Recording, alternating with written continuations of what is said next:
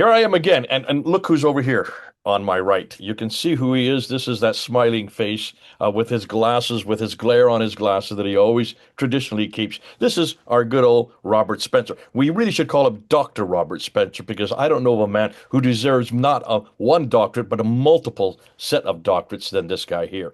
And the reason why is because Robert, more than anybody else that I know, takes this very volatile and yes, very contentious subject called the history of Islam and the manifestations of Islam and the outworkings of Islam. He takes the subject and he takes it from a critical standpoint, which very few people want to do. He's one of the few I know, and I've been following him for years. Now, what is it, Robert? You've done what, 31 books now? That's right. So this book here that we're going to talk about is your 31st. Actually, it's 28th, I believe. Oh Yeah, it came out last year, but I've written three books since then. Do you see the problem, folks? I can't even keep up with him. And this is the one that really I want to talk about because this is the one that has really been important to me right now because of what I'm doing at the moment. And we're talking about this is July 2025. Just a few days ago, I was in Calvary Chapel, Chino Hills in California, and I was asked by Jack Hibbs, the pastor there, to come and redo some new material, not redo, but introduce some new material on Muhammad, on the man we're talking about, on what this biography is about. And I introduced some material that you talk about in this book. You're one of the ones that kind of broached it, but we've moved beyond even looking at it, and I want to unpack some of that for you.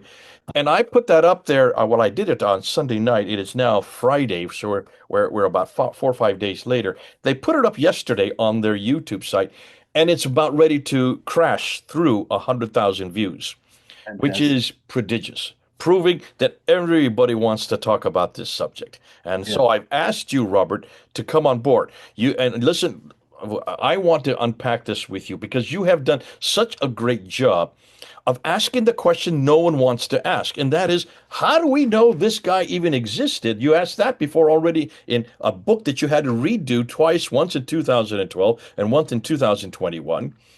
And you've also written a subsequent book on Muhammad himself, but this one is the real game changer as far as I'm concerned, because this is really a critical analysis of his biography himself, of who this man is. Can we trust who he is, and where in the world did we get his material from, and how is it we know what he did and what he said? Now, with that in mind, since it's very big right now, everybody's talking about it. Everybody wants to know, did this guy exist? Was he the one that created Islam? Is he the model for Islam? Is he the one that really the Muslims should be following, or all of us should be following? And can we even use him as a paradigm for what we do and say today? These are the questions you bring up, but you do so from a critical standpoint. Now, I have a number of questions. I've written them out, and we're going to go through this. And I'm going to ask these questions, but I'm just going to let you go with it, okay? Looking Okay. at this book, because these are questions that I picked up as I was reading this book. And I'm just going to start with the first three chapters. Well, actually, the introduction in the first two chapters. And then we're going to bring you back some more because I want to then unpack some of the other stuff that you've done. There's just not enough time to do that in this recording. So, in the introduction, you talk about the whole thing about the Sunnah Islam. The Sunnah, explain the Sunnah Islam, and what is it that we're to know about this Sunnah, this word, or what it refers to? Well, a sunnah refers to the accepted practice, what you should be, how you should behave as a Muslim, and it's made up of material derived from the Quran and the Hadith and the Sira literature, that is the biographical material about Muhammad, some of which is contained in the Hadith. And it's essentially, therefore, the behavior of a Muslim is guided by what the Quran says and what Muhammad said and did as recorded in those sources. The problem for the historian is that those sources don't have any serious historical reliability. If we want to come to them from the standpoint of what did Muhammad actually say and do, they won't actually tell us anything that would get us anywhere close to a man who said he was a prophet in the 7th century and who got the Quran and distributed the Quran to people and became the impetus and the inspiration for the entire edifice of Islam. There is no such person. Okay, and that is very clear as we get through the book, and you really bring that out, certainly in your first two, three chapters. Now, you do mention, I thought it was fascinating, that the Sunnah that's on the Sunnah.com, that is where it is where the repository for all of what Muhammad said and did. This Yeah. YouTube, I mean, I'm sorry, this website that the Muslims use themselves, you have a little footnote that they have to keep changing the translation. Why Yes. in the world? I suddenly said, wait a minute, this is a huge point. What's it doing in a footnote here? Explain what you mean by that and why that is so serious. Well, Jay, you're right. It is in a footnote, but I also discuss at some length later in the book some of the changes that they make. And it's just frankly apologetic. And they actually even explain at Sunnah.com, last I looked anyway, that they have gotten all hundreds, if not thousands, of requests for changes. They're working through them as quickly as they can. They're asking for patience, but it's all being changed from an apologetic standpoint. Okay, It's explain what you mean by that. What do you mean, a apologetic trying standpoint? to make people think the best of Islam that they can make them think. They're So trying is to have a positive view of Muhammad and Islam. so So is it's that part what translations are supposed to be? That's what the translation, well, the translation purports to be giving you a reliable guide to the Sunnah literature. But what it really is giving you a guide to what Muslims want you to believe about the Sunnah literature, which is peculiarly appropriate since the Sunnah literature is actually all designed in the same way. This is a group of writings that people developed in order to get you to believe certain things, not in other words, a sober statement of facts. And so, for example, I think it's partly my fault, as I was saying, that they changed it because I use it a lot. And I use it at quotes at jihadwatch.org, my website, which covers news of jihad activity. And so, whenever there is a story about some woman, poor woman, being beaten or killed or something of that kind, I often quote the Quran, beat her in chapter 4, verse 34, but also various hadiths and extracts from other important Islamic documents showing that this was something that was taken quite literally by those who put together the stories of Muhammad. So that there is one notorious story, and this is the one that I explain later in the book, that Aisha says, he struck me in the chest, which caused me pain. And that's actually quite clear from the Arabic that that's a perfectly reasonable translation. And that's what Sunnah.com used to say. But now, if you see it, he says she says something like, "He nudged me, and that made me sad." Something like that. And you can tell that they've been over this. The Sunnah.com gremlins have been at it to try to make sure you don't think Muhammad actually struck Aisha in the chest, which he quite clearly did, according to Okay, this. so what you're saying, this is just straight censorship. Oh, yeah. Oh, yeah. And it's apologetic censorship so that you will think positive thoughts about Muhammad and Islam. This is sanitization. They're sanitizing Muhammad for the Western mindset.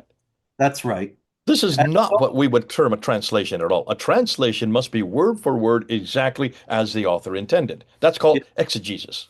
Sunnah.com is every day, Sunnah.com becomes less like that. It's still a very helpful resource, but you really need to know what you're dealing with and know where the pitfalls are. Otherwise, there are numerous passages that are controversial, that show Muhammad in a bad light, that contradict what Western Islamic apologists routinely tell non-Muslims in the West, and they are getting scrubbed every day, whitewashed, cleansed of anything controversial, and rewritten in a manner that's designed to obscure their plain meaning.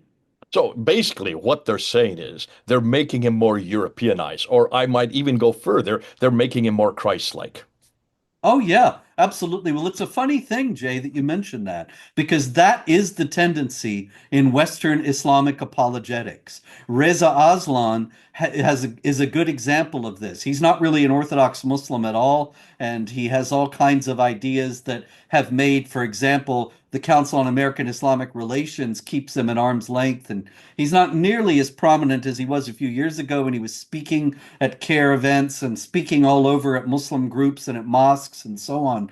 But the thing is, he wrote a book called Zealot, which claims that the real historical Jesus was violent and led a revolt against the Romans. Whereas when he speaks about Muhammad, he mitigates all the plainly violent passages and whitewashes them to try to give the impression that Muhammad was peaceful. So Islamic apologists, I think, generally, not just Reza, follow that pattern. They try to make Muhammad into Jesus and Jesus into Muhammad, so that essentially they're the same thing, and you have no obstacle left, no objection to the spread of the message of Muhammad in the West, because after all, he's just like Jesus. So much of your book goes into that, and that's what I love about it. You do go through these references after reference of where they have sanitized Muhammad, where they have made him look, I would say, just like Jesus. They want what we already have. Yeah. They know that the world follows Jesus, and they know that why Jesus is so popular. In fact, I have said this, I just got done saying, I just done a debate with Raymond Ibrahim on this very thing, where Raymond Ibrahim has said, why would somebody write all these traditions that are so embarrassing? The Muhammad that's in them are so, and I'm saying, hold on a minute, Raymond. Your problem is you're looking at Muhammad through Christian eyes. You're looking at him, comparing him to Jesus. And 20th Muslims don't century. do that unless they're 21st century Muslims and Western Muslims. For Western Muslims, he is embarrassing, but not for a lot of Muslims I talk to. They Yes, love the Muhammad that's the there. period of embarrassment is is really the only coherent argument that people who still believe in Muhammad's historicity can adduce. But I think that it's exploded, if I do say so myself, in this book, in light of the fact that it's very clear that these stories were either fabricated or adapted from earlier sources about other people and folded into the Muhammad myth by people who weren't embarrassed by them at all, but who thought this is these are practices we want to engage in. And so if we have our prophet engaging in them, then that's the best validation you can have for this activity. And so there's been a lot of attention, I believe it was Raymond who called attention originally to this obscure hadith, and then David picked it up and did a show with him, and they discussed it at some length. And now every time I do a video, I see comments all about it and people talking all about it. They can't stop talking about it. The Muhammad with the men of Azut, and they rode him all night and so on. And I've seen people say, well, now you cannot possibly think that anybody would have invented such a story because it makes Muhammad look like a promiscuous homosexual and even one who is, as Muhammad himself put it in another hadith, the one who receives, which is of particular dishonor. And so consequently, this is something that nobody could possibly have said, hey, this is a good story to make up about our prophet. But they don't take into account exactly what you're saying, that we're talking about people with very different sensibilities from our own, Yeah, including people who no doubt engaged in that kind of activity and thought, we'll it was perfectly normal. Yeah, Make Muhammad do it, and then it's normal. Yeah, nobody yeah. can say anything wrong with it. Or you make it, you give the story to give authority so you can do it. And this is something I want to talk about, but not right now. I want to say before we go on, you do bring up the fact that you call it a critical biography. And you really are talking about two types of criticism here. Explain the two types of criticism, which I found was fascinating because I don't know if anybody's done this before. No, I don't think anybody has. Once again, if I do say so myself, but I don't know of any other book like this. I wrote another biography of Muhammad that was critical in the one sense. That is, I took issue with things that he said and did and said that they were wrong. Now, that's rare enough, but there are other biographies of Muhammad that do that. Now, of course, the mainstream biographies, the biographies that you will find reviewed in the New York Times or things like that, by Karen Armstrong, Tariq Ramadan, Omid Safi, people like that, they are not critical in any sense. Yeah. They try to portray Muhammad as if he were Gandhi or Jesus. But in the first place, I'm criticizing Muhammad, and so it's critical. But in the second sense of the word, I'm also evaluating the various stories from about Muhammad as they come to us in Islamic tradition, showing that there are variants, it's full of contradictions, it's full of things that cannot be explained in any way if we're talking about records of a genuine historical figure. And so it's a critical biography in the sense that it's taking a real historical critical look at Yeah. the texts about Muhammad and showing that they really have virtually a lot less historical value than most people assume, and actually virtually none at all. And then you're also critical of his of the morality that's there. Oh, absolutely. In the first sense that I'm taking issue with things that he said and did from a moral standpoint, and from the standpoint of him being the perfect man, being the excellent example, as the Quran calls him, and saying that this is something that's leading Muslims astray. It's making them become the embodiment of Yeah. the prophet Isaiah's warning about woe to those who call good evil and evil good, or the embodiment of what the Lord says about the time will come when many will kill you and think they're offering service to God, that they think they're righteous, but they are actually just the opposite. Okay, now you bring up some of these non-Muslim names. I mean, I was fascinated. You talk about these scholars, these non-Muslim scholars like Washington Irving and Montgomery W. Montgomery Watt, Karen Armstrong, Ernest Renan. You even mentioned Salman Rushdie as being favorable to Muhammad himself. Now, these are not people, except for Salman Rushdie and Karen Armstrong. These are people who are from the last century, even earlier. How is it that they were favor? How could non-Muslims be so favorable? They don't have the sanitized version of Muhammad. They would have been looking at the version that you and I read. How is it that they were favorable? Why? What came? How did they come to the conclusion? Because when you look at the quotes you have in the book there of what they're saying, they're putting him on a pedestal alongside Jesus Christ almost. Oh, yeah. Well, Montgomery Watt, I think, is the most egregious example of that. He, of course, wrote a massive biography of Muhammad. It was well respected, Hmm. still is well respected, actually, among academic historians. When I was in graduate school and I was studying Islam, I remember that the professors recommended that I read Montgomery Watt if I wanted to delve into Muhammad's biography. But the fact is that Montgomery Watt constructs his view of Muhammad out of the Hadith and Sira literature, leaving out all the uncomfortable business and just choosing the things that would make him seem most favorable to Westerners, most positive to Yeah. Westerners. Now, why he did that, I can't fathom. But I do, when you come to Washington Irving, I do think there's a perfectly reasonable explanation that actually is political. That in the mid 19th century, there was in the first place, a tremendous cultural fad in both England and America for the Orient. And this is the advent, really, of the Orientalists, who were not, contrary to Edward Said and all that nonsense, they were not Islamophobic haters of Islam who were trying to make the mysterious East look like a den of thieves and liars and killers and so on. They actually had a warm, positive, favorable interest toward the Middle East and toward Islam in particular that I think carries over into the sources Washington Irving used when he wrote his own biography of Muhammad. But also, the British Empire started to foster this and actively to push a favorable view of Islam because they were allying with the Ottoman Empire against the Russians in the Crimean War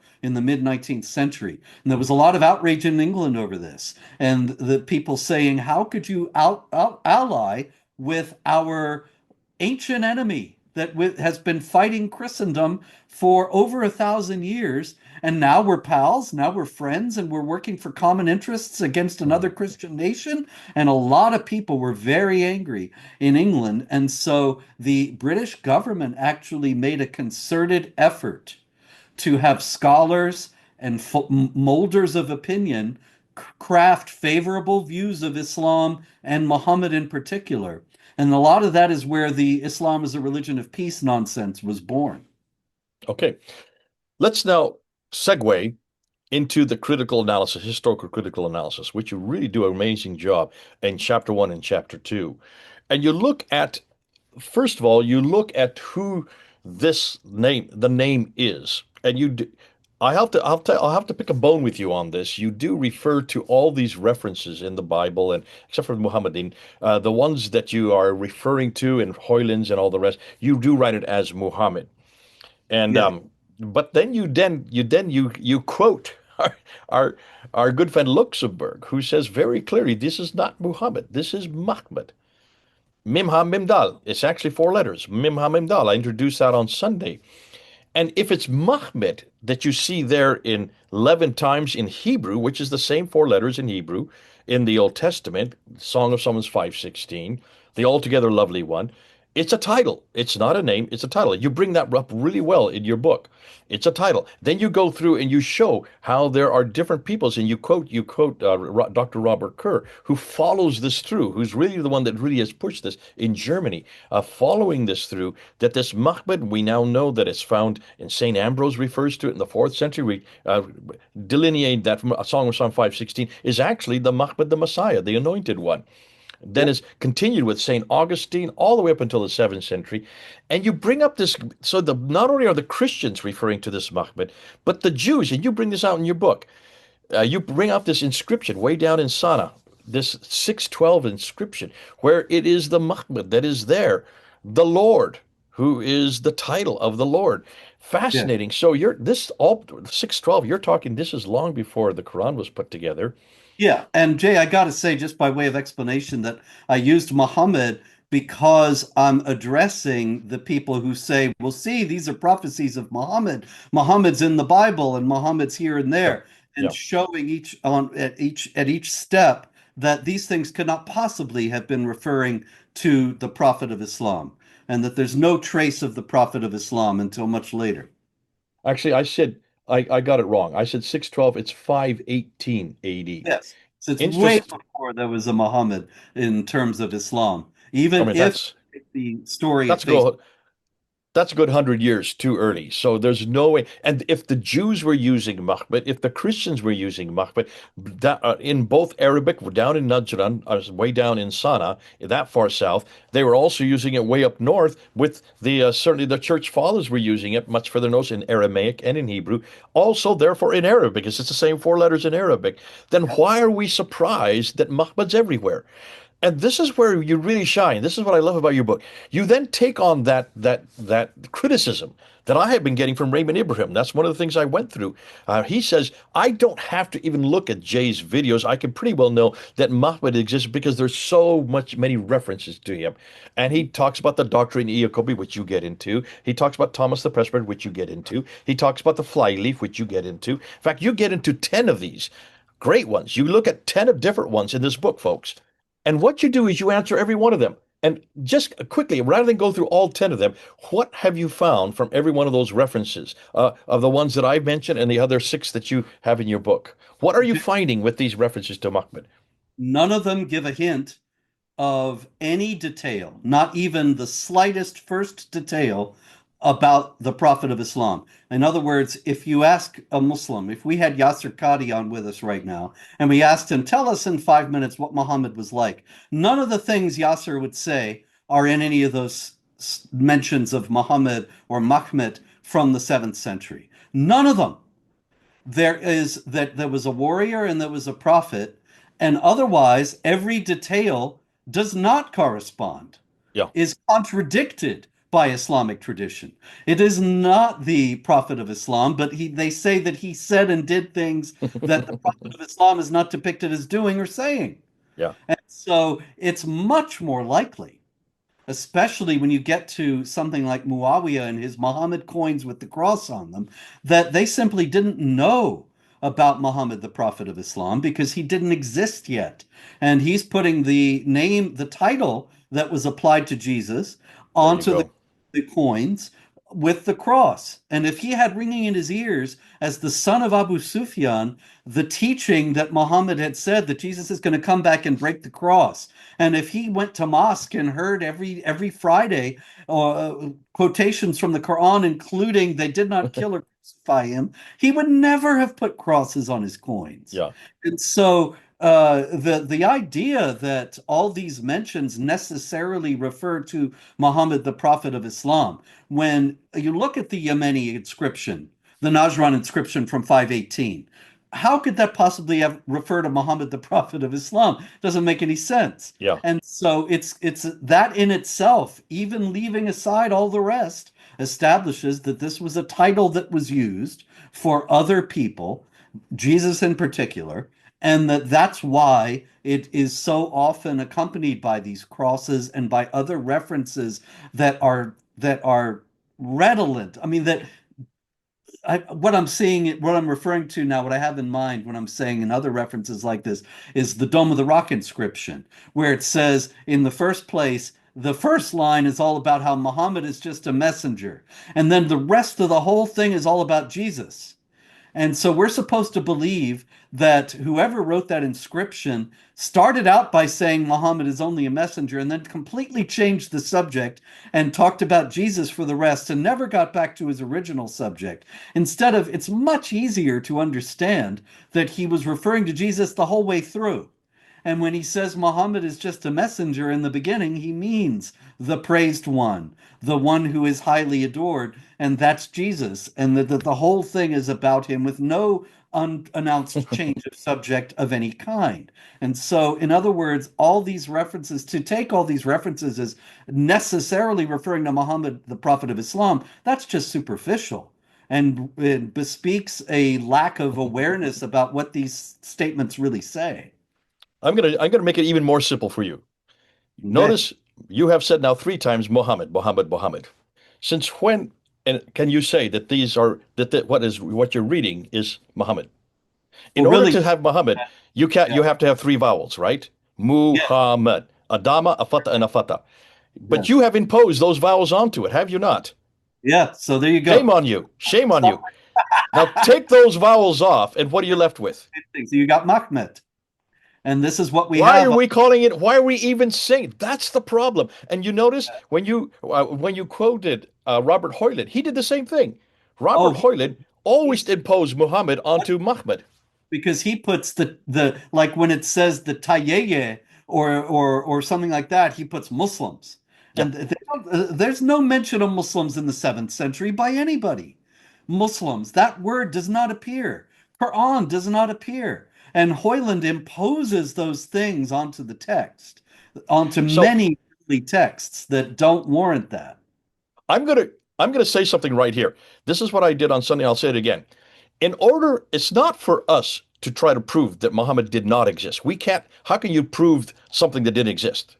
Mhm. The proof is should be on their shoulders. In other words, anybody that believes Muhammad did exist in the 7th century are going to have to answer six things. Their Muhammad has to, number one, have to be called Muhammad with three vowels. You're not going to be Okay. able to do that, okay? Yep. Secondly, their Muhammad is going to have to come from a place called Mecca, okay? Uh, no Mecca. Thirdly, their So Muhammad is going to have received a book called the Quran, 114 surahs, not just a few scratches here and there. Fourth, their Muhammad is going to have to have been called himself a Muslim, right? He's going to have belonged to a religion called Islam. And number six, all of this has to take place in the 7th century. Can you see what I've just done? go I've ahead. just put the onus on them, not on me. Yes. I I don't have to prove a thing. Every time someone comes to me and says, we know that Muhammad exists in the 7th century, every one of these references that you have brought up, these 10 references, these 10, the Doctrine of Jacobi, the Sabaeus, Thomas the Presbyter, Nicaea, all these ones that you have, great ones that you put up there, you've gone through each one of them. If you just apply that criteria to each one of them, what are you going to find? Do any of those 10 that you did, are any of them down in Mecca and Medina? Not one. Not one. Where are they?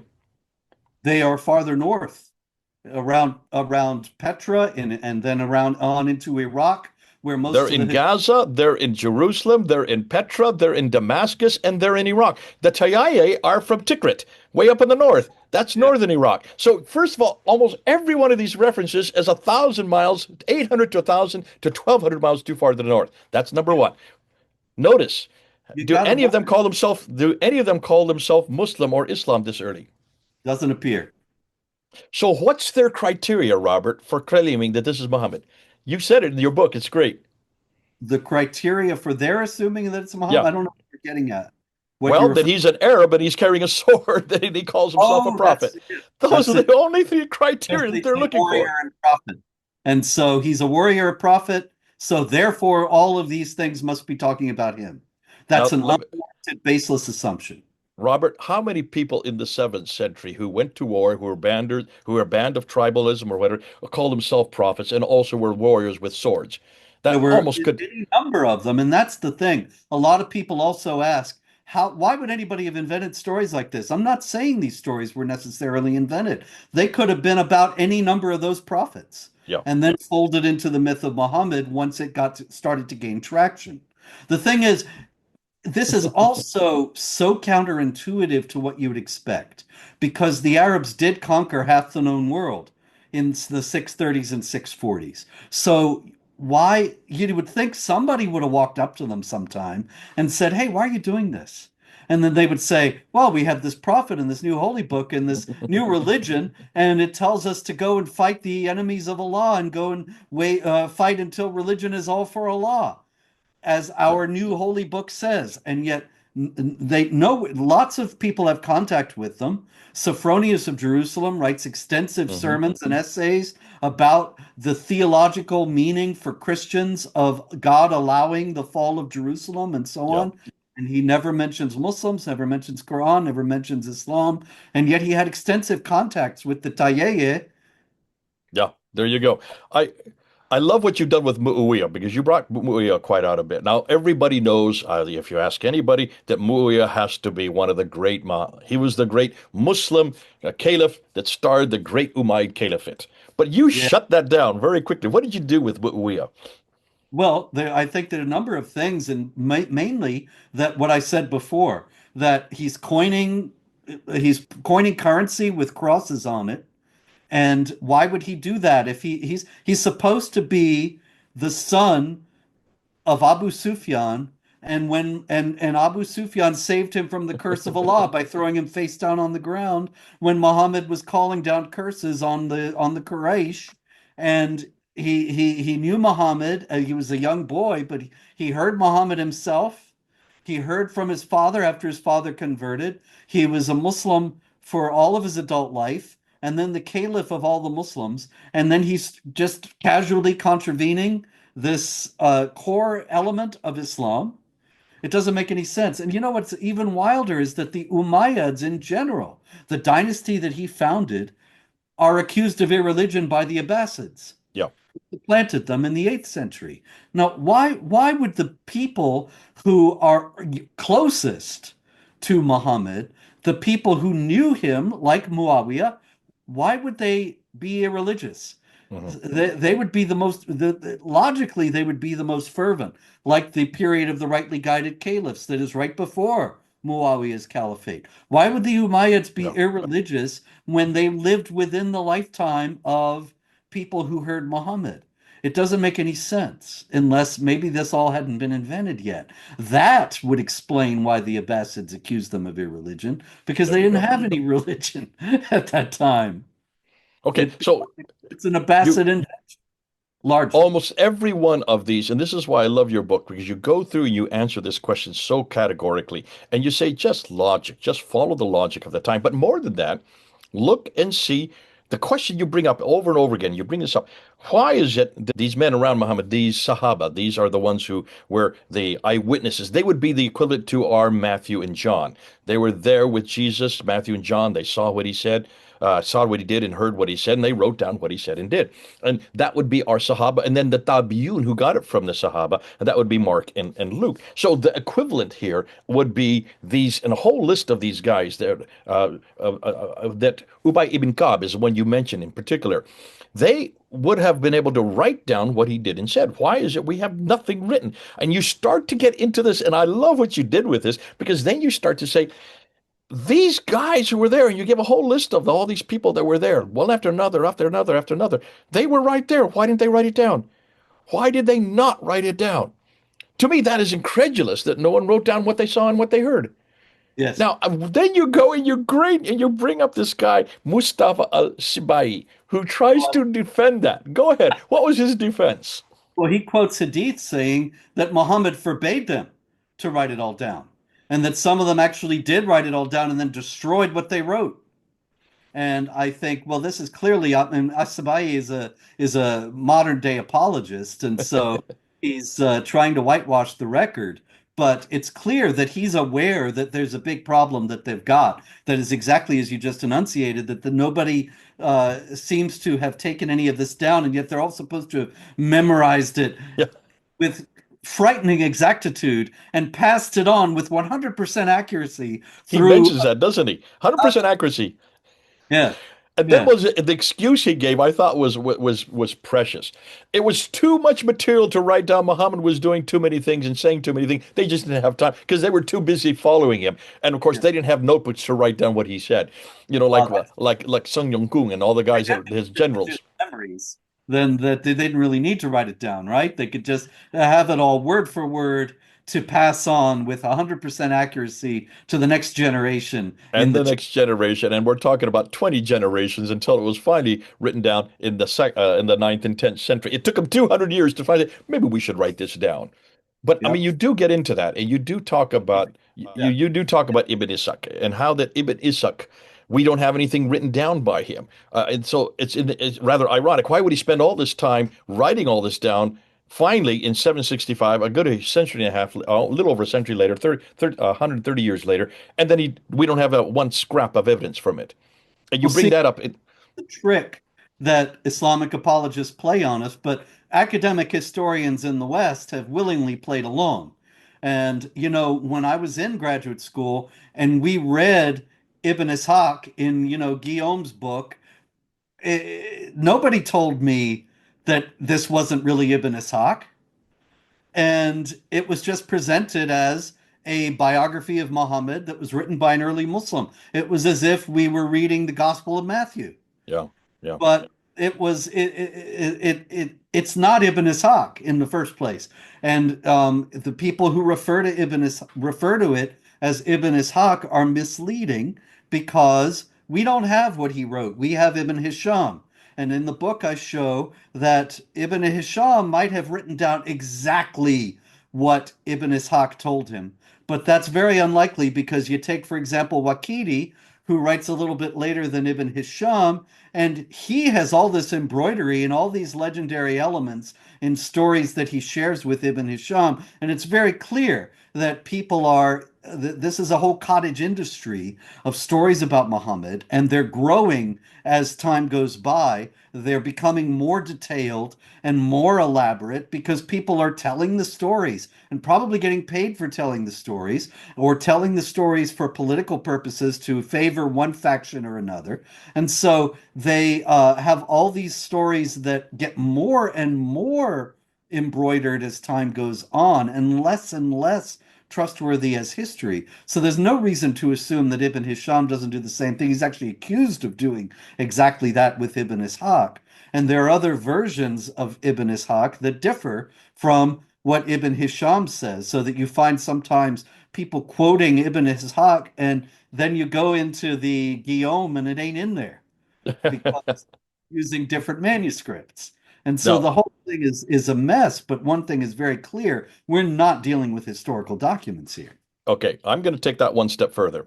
You say we have Ibn Hisham, and of course, you Well, say yeah, that. we don't Do even we have have do we no, have anything by Ibn Hisham? no, and see, this is another thing. I wanted to mention actually that Islamic apologists have frequently said to me, as I have been arguing this point with them, when they deign to argue it at all, mostly, they stay away from it because they know they've got no answers. But they say, well, there are plenty, like that guy Fareed did a video that I think we both separately responded to, where he was showing all these books and saying, this one is from 50 years before Ibn Ishaq, and this one's from 75 years before, and so on. And he doesn't ever tell you that they're all from recensions that come from the ninth century or later, and that Not therefore they're one comes from the ninth century. We've gone through every one of those that he pulled off the shelf, and we've gone to Ibn Isham, we've gone to Munabi, we have gone to Ibn Malik, we've gone to Razak, Tailisi, we've gone to every one that he claimed in his videos that he had over there. Guess when they start to appear? Guess when their extant manuscripts start to appear for all of those? well, I would have to say the 11th or the 14th. That's right. 11th, Yeah. 13th, 14th, and 15th century. For Uh-huh. the Sira that we're talking about Ibn Ishaq, we have nothing that is complete from Ibn Ishaq. We have two fragments from the ninth century, just two fragments about this big, that claim that they're Ibn Ishaq. But we don't get any manuscript of Ibn Ishaq until 1063. That's the Fez manuscript. And Mhm. then we have the Bodleian manuscript, we have the SOAS manuscript, we have the British Library manuscript, we have the BNF, the Bibliothèque Nationale de Paris manuscript, and we have the Dublin manuscript. Those six manuscripts that we have, five of them are Europe, one is in Fez, are all from the 11th, 13th, 14th, and 16th century, but were They did. compiled by a man named Wustenfeld in the 19th century, 1860. Now, Yep. put that under your head and say, hold on a minute. What and where did these Wustenfeld went to these six manuscripts, but the earliest one, which is the Fez, he only used 25% of, for the same criteria that we're being told that Ibn Hisham threw out Ibn Ishaq, because he found it to be fraudulent. 75% was fraudulent. He's deciding this in the 18th and the 19th century, and he's a German scholar deciding this. Guillaume just translated what he wrote, and Yep. so that's why we have it in English. But it's incredulous. We don't have one of these manuscripts. We don't have Al-Bukhari. How about Al-Bukhari? Do you know about Al-Bukhari? I don't know if I do. What is the word you were saying? The extant manuscripts that we have for Oh, Al-Bukhari. Bukhari. What about him? Yeah, I know about We have Bukhari. we What have about a portion of his manuscripts in the 11th century, and the nine volumes that are now on your table in back or in your bookshelf behind you, all are created in the 14th and 15th century, yes. redacted back to a man named al-Bukhari, who then supposedly redacts what he says Muhammad says back in the 7th century. So it's basically Ottoman material. This is mostly Ottoman material that's redacted back on these characters that supposedly lived in the 9th and 10th century. We don't I have any astonishing. complete manuscript of any of them. What we probably have is just beginnings of them, because I'm sure there was a Ibn Hisham. I don't doubt that. There may have been Ibn Ishaq. I don't doubt that. Or Al-Bukhari, all of these names. Well, all of these, Tailisi, Munabi, Ibn Malik, they probably did exist, but we have nothing of what they have written, only what others have written. And remember what you said at the very beginning, and you talk about this in your book.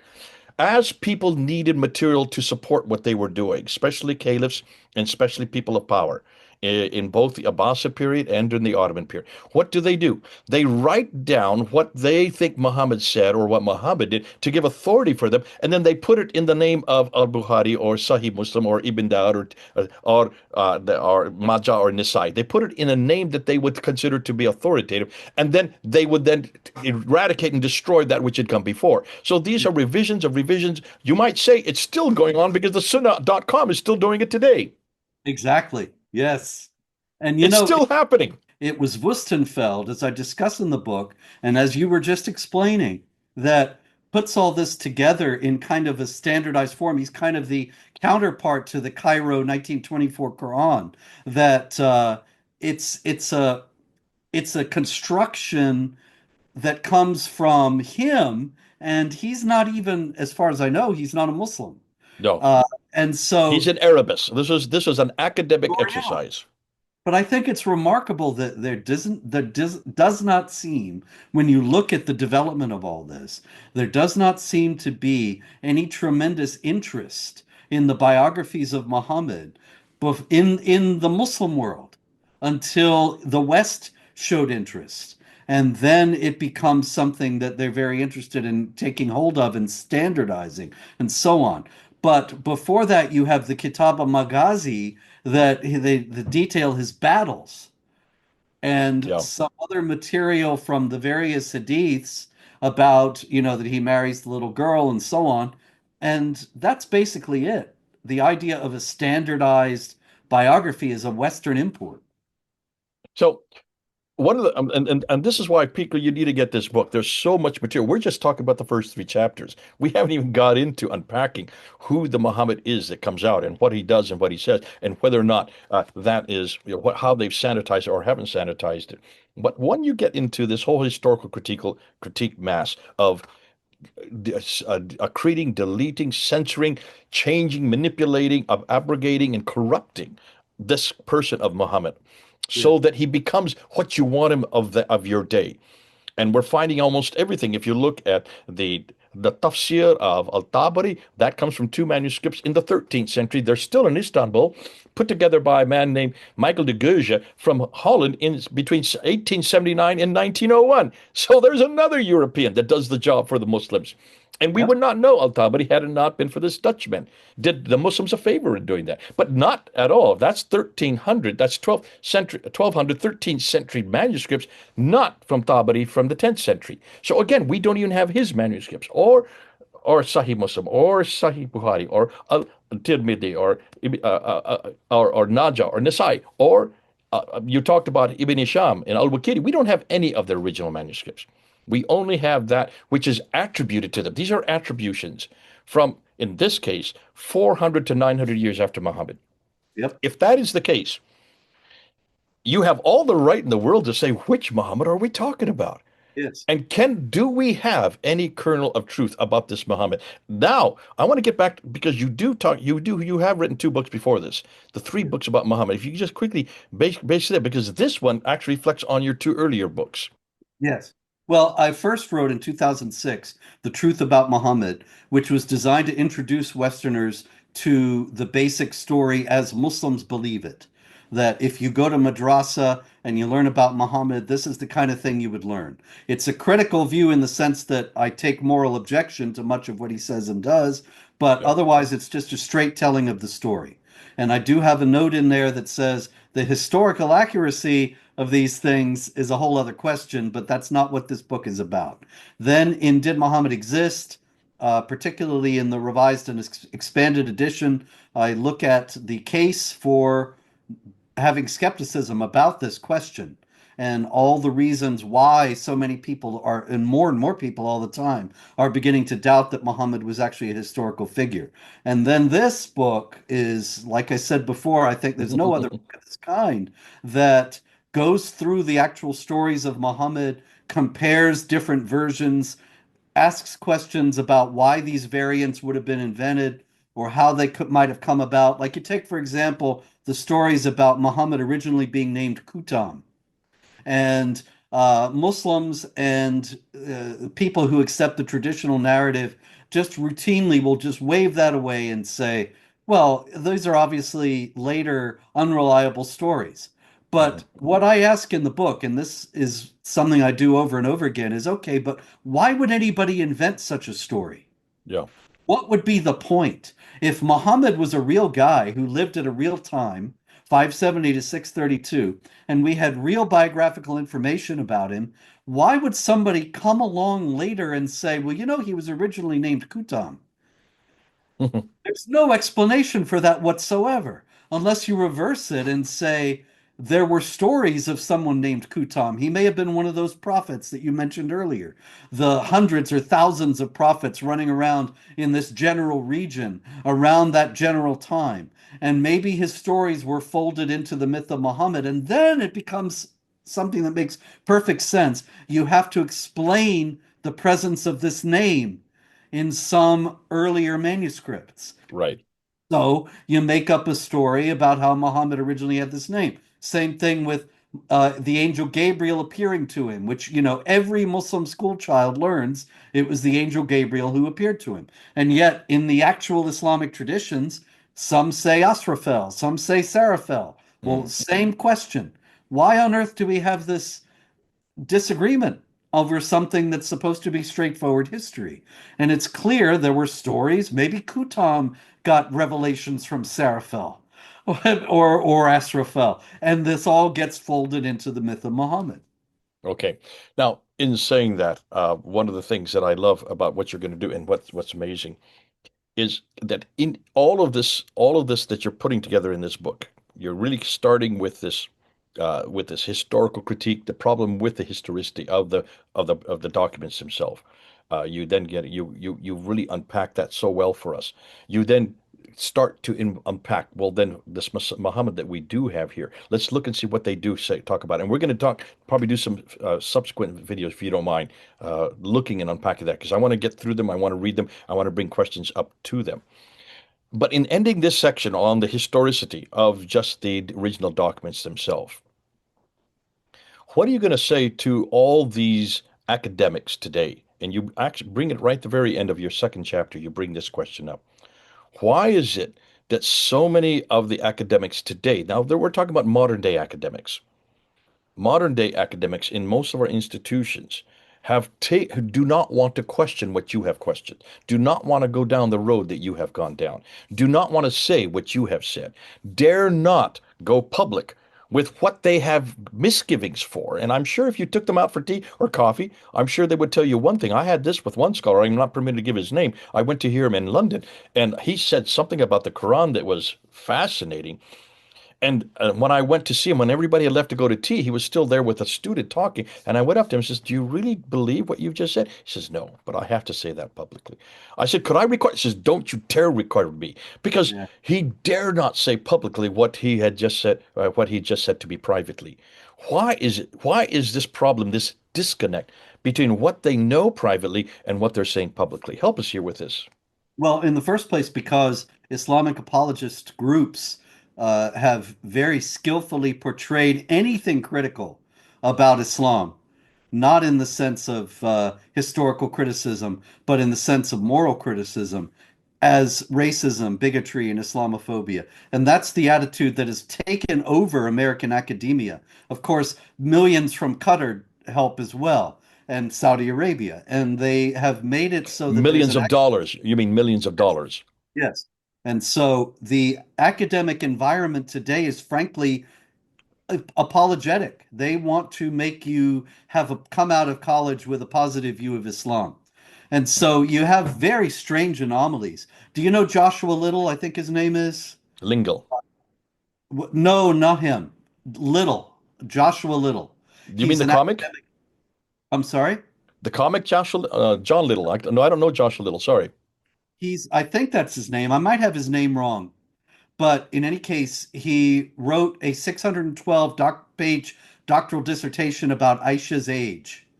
And in it, he makes a very good case for the historical unreliability of all the Hadith and Sira literature.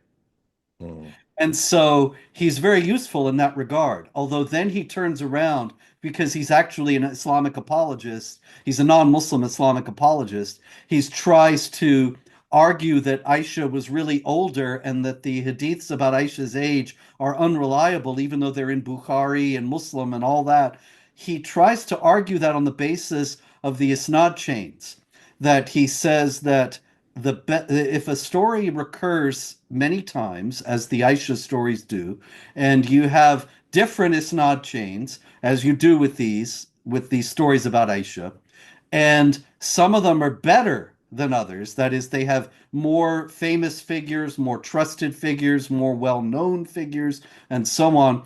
Then that shows that this is a story that had a lot of legs, went through different versions, was widely distributed, and they fitted it out with better isnad chains as time went by. And that's, I think, a reasonable point. And then he argues that because the isnad chains for Aisha show that they were not stories that were spread widely because they have people mentioned in them who were later thought to be less reliable, so on and so on. And thus, we can throw out these stories on a historical basis.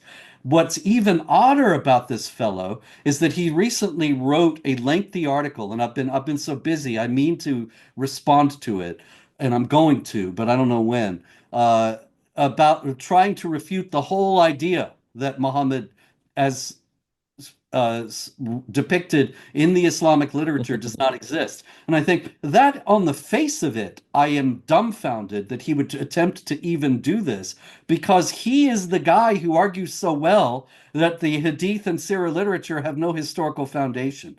And Mm. now he's going to turn around and say that people like you and me are all wrong in questioning Muhammad's existence. He's, I think, a magnificent example of academic inconsistency Yeah. in demonstrating the power of the academic establishment, that they're afraid to question the orthodoxy and the material that gets funded because they know they'll be thrown out and discredited. I can't get a job in a university. You can't get a job in a university, not because we're not qualified, but because what we say is not acceptable in the academic environment nowadays. So if he wants to have a job as a professor, he's got to toe the line, even if he knows better. Yep, this is a problem. One of the reasons I had to move my doctorate out of Britain and move it down to Australia is just this point. Nobody would ever look at my doctoral thesis and give it a true light of day. They would just completely dismiss it as saying this is irrelevant, because you're not permitted to have critical analysis like we used to have, and we still do here in America and still in places like Australia. But in Europe now, except for possibly Germany, this is no longer possible. So what you're saying really is the academia has moved to the left primarily because of the fact that it is where their bread and butter comes from. The millions of dollars that they for almost every one of their chairs, certainly their departments are dependent on Qatar and Saudi Arabia for all their finances. Also, it's not very healthy if you're going to be critical. Look at Salman Rushdie or That's Taslima Nasreen or and that Gibi Youth, or look at all these names stems of on my life as well. So there you and go. on your life. You almost were killed. I mean, you had it not been you, they came to kill you, and they were both killed. The two guys that came to kill you. Yeah, and So then I was poisoned in Iceland a couple years after that. So So there you go. You go. So you can see why this is a problem because of the fact that you're a case in point. And I think this is why all the more reason we need to push your books because you are fearless. You don't sit there and cringe. You don't walk away. You are very academic. And you won't be on any institution, not now. But in years to come, people are going to look back at you and look at your 31 books, all of which are critical of Islam. And you paved the way for the rest of us. Much of what you're doing, I use, and not just me, many others look to you, Robert Spencer, because you have stayed the course. And even though you've had death threats, I don't even know where you live. You don't give out your residence. You're very careful not to do that because you are on a list to be killed. And that's why it's so difficult for other academics to do what you're doing. But God bless you. Thank you for that. And everybody, you can't talk to him face to face, but you can certainly read his books. So get this book, put it on your shelf. This is the first of a few that we're going to do. I just want to go through the first three chapters because this is the material that I'm using today, and it's so important that we do get to it. We do get underneath and try to find out what really happened with this Muhammad that turns out to be nothing more than Muhammad. God bless you. This has been great. This is thank my you. Yeah. friend Robert Spencer and myself, a few hundred miles apart. Over and out.